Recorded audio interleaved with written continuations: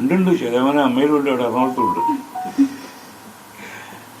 അത് അവരുടെ ആ ഒരു ഞാനില്ല അന്നത്തെ രാജിവെക്കുന്നു എന്നൊക്കെ പറഞ്ഞ് കൺഫ്യൂഷൻ ഉണ്ടായിരുന്നു. വ്യത്യാസ കൺഫ്യൂഷൻ മാറി. അത് അറിവില്ലായ്മയോട് സംഭവിച്ചതാണ്. മൊത്തത്തിൽ പിടിപ്പുകേടാണ്. അറിവുള്ളവരതിലുണ്ട്, പക്ഷേ പിടിപ്പുകേടാണ്. അറിവുള്ളവർ ഇടപെടുന്നതിന് പരിമിതിയുണ്ട്.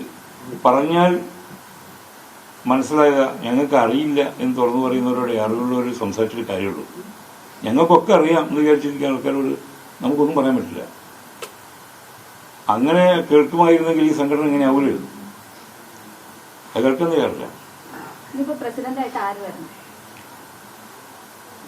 അത് എനിക്ക് ഞാനിങ്ങനെ പറയാം. അയ്യോ, വ്യക്തിപരമായിട്ട് ഞാൻ എന്തൊക്കെ ഓഫാക്കിയിട്ട് പറയാം.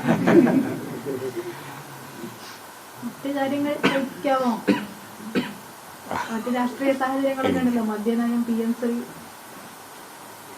ഇതൊക്കെയുള്ള നിലപാടുകൾ. എന്തിനാ എന്റെ അതൊക്കെ എല്ലാവർക്കും അറിയുന്ന കാര്യങ്ങളാണ്. ഞാൻ പറയാൻ പോകുന്നത് നിങ്ങൾക്ക് അറിയാം എന്താണത്.